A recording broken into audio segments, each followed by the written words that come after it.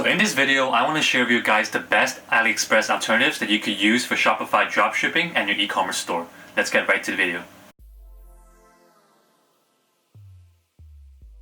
Hey guys, Jeffrey here, back again with another e-commerce video for today. And in today's video, I want to talk about the best AliExpress alternatives that you could use for your e-commerce and dropshipping store. So without further ado, let's get right to the content. So before we begin with the content, I really want to give a warm welcome to you if you're new here. We actually do a giveaway for every single video that we do, and all you have to do to enter is to subscribe, of course, turn your bell notifications on, comment down below and like the video, and that tells me usually that you like the video. And also be sure to watch until the end of the video because you don't want to miss out on all the options that I'm going to give you, and plus a golden nugget that I'll share with you at the end of the video, so stay tuned. So you want to ask yourself the question, why should you move out of AliExpress? Well, it's because in this day and age, in 2019, AliExpress has really slow processing times and delivery, and it really makes it difficult to scale effectively. And as well as that, it's just, you get really bad shipping times and shipping options, and it's just terrible, especially if you're already kind of in the growth stage. And also some vendors aren't really reliable, so if you're a beginner and you don't know how to find a good, reliable supplier, you actually will end up having lost parcels, bad communications, bad quality products and stuff like that. So that's usually going to lead to a lot of chargebacks and refunds, and you do not want that kind of negative impact. It's also really annoying to deal with. This is actually from personal experience. Every time you actually change a new card for your credit card and payment, they'll ask you to verify a payment, and this can actually range from like 3 days all the way to like a few weeks, and that's really annoying to deal with, and you just end up with a bunch of back orders, and that's just a pain in the butt, and you don't want to mess around with that. There's also really bad, basically just a lack of bad communication. A lack of communication just because you don't have really control of how to communicate with the supplier. You don't usually communicate that way if you're dropshipping from AliExpress. And you can't really tell them what you want in terms of the quality and all that stuff. And they're just less attention to your needs as well. And some AliExpress vendors also dropship themselves. And this means that they have more of an opportunity to mark up the price without even you knowing. And that's not really good in terms of your margins, especially if you're running paid traffic. And again, as we mentioned, there's going to be less attention to your products and needs. So if you want to be really customized, then you're going to have a hard time doing that as well. And because of the bad shipping times and the slow processing times, you can imagine what that's going to do with your PayPal and Stripe accounts, right? So as a result, it's going to lead to basically a lot of PayPal and Stripe accounts being frozen, and you do not want to do that because you need the constant cash flow coming in just to pay for your advertisements and your cost of goods. So the last thing you want is to have your money frozen and stuck, at a particular payment provider or like Shopify themselves. So that's definitely a no-go when it comes to your dropshipping business. So the first alternative I want to talk about is going to be Alibaba, and not a lot of people actually talk about this because most beginners just think that you have to start with AliExpress dropshipping and you have to fulfill for 𝗿𝗲𝘀, but there's actually a lot of different alternatives that you could actually use. And for Alibaba, the cost might be a bit more expensive or it might be a bit cheaper, but there is more of a focus usually because these are actually manufacturers, and usually you have to contact them before you actually work with them. So that's always good to build a relationship and to focus on more of what you want towards your towards your supplier or manufacturer you're working with. And again, not a lot of beginners know about this or dropship using this method, so it's good to really build a better relationship with them before working at scale. So for example, if you're working at a particular product and you find out it's a winning product, you can actually leverage that kind of good relationship you already have with your supplier and basically just work on improving your quality control, custom packaging and all that, but you already have the foundation down with your supplier and they can actually work in your favor. After at scale, you can also bulk buy and white label your products, which is also good for branding, something that AliExpress vendors, if you don't communicate with them, will actually can't provide because first of all, they don't know what you want and what you're doing. You might be dropshipping, but they don't really know, right? Unless of course you leave it known or 𝗿𝗀𝘀. I'm not going to talk about it in this video, but basically you can do that. But when you bulk buy, you can actually start white labeling as well. You can order in bulk quantity and get a cheaper price. And that's usually really good for your margins and it's really good for branding. And that's what Alibaba can do really well when you're at scale. You bulk buy and you send it to a fulfillment center.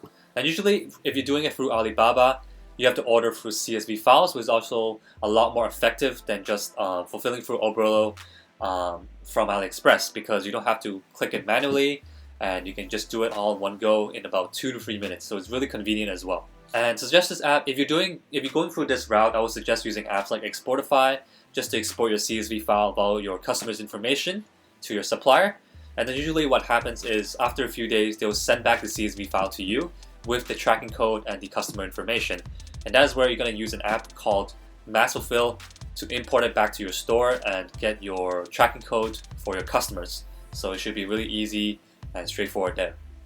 For Alibaba, you're also going to work with manufacturers directly, and there's a less likelihood of a markup because usually they know their prices, and if anything, if the prices changes, it's going to go down from there, just because of the relationship you've built up, the business you've given them, and everything like that, that's in their favor as well. So the second alternative I want to share with you is going to be Udrop. Now I don't take credit for this at all. I actually checked it out from another couple of videos that I watched on YouTube. But basically I'm recommending this because I've been hearing nothing but good things about it. No, I'm not affiliated with them in any way, and basically I don't use it personally, but I've seen really good reviews about it. That's why I want to share.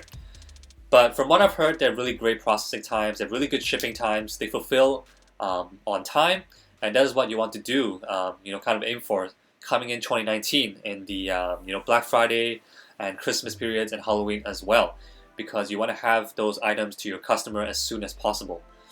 And what's good about Udrop is it's multifaceted in the language. So there's going to be different kind of staff that are talking different languages that are kind of in your favor. So if English is your primary language, you can talk and communicate with them in English, which is going to be a lot easier to get your message across. And you also have a personal manager, which is really good, which I really like. Basically, this is an e-commerce manager who will help you source products, get the quality control down, and nail that down, and the shipping times and all that. So there's always going to be a manager at your disposal, just in case you have any questions that you want to ask as well. And another good thing about Udrop is that they don't have an MOQ, which is a minimum order quantity, which is really good because if you're just a beginner starting off, you don't have the quantities, you can actually work with them directly without any requirements like that. And they're usually really reliable and have decent prices. So it's definitely worth checking out whether you're a beginner or someone who's more advanced in the dropshipping career. There's also one-click order fulfillment, which is really good, kind of like 𝗿𝗲𝘀, but you can kind of fulfill on one go, and which is going to save you a lot of time and your effort as well. So this is going to be a really good alternative to Silk Road, 𝗿𝗲𝘀, and 𝗿𝗲𝘀, which we'll hope you've heard about. Basically, these are similar softwares that do the exact same thing, if not similar. I won't be making reviews on these just because I've heard a couple of feedback about it, and the different forum groups, different group chats on Facebook. So I'm just going to leave you to it, whether you want to do it or not, but I'm not going to cover it personally, nor am I going to use it as well. So I'm just going to put that out there. So the third alternative is going to be a private sourcing agent. And this is basically what I recommend when you're at scale doing, let's say, 20 plus orders a day. And let's talk about that in just a second. So for private sourcing agents, you're gonna be able to maintain really close relationships with your agent, and that's really good for better communication and kind of communicating your needs and getting your message across more effectively.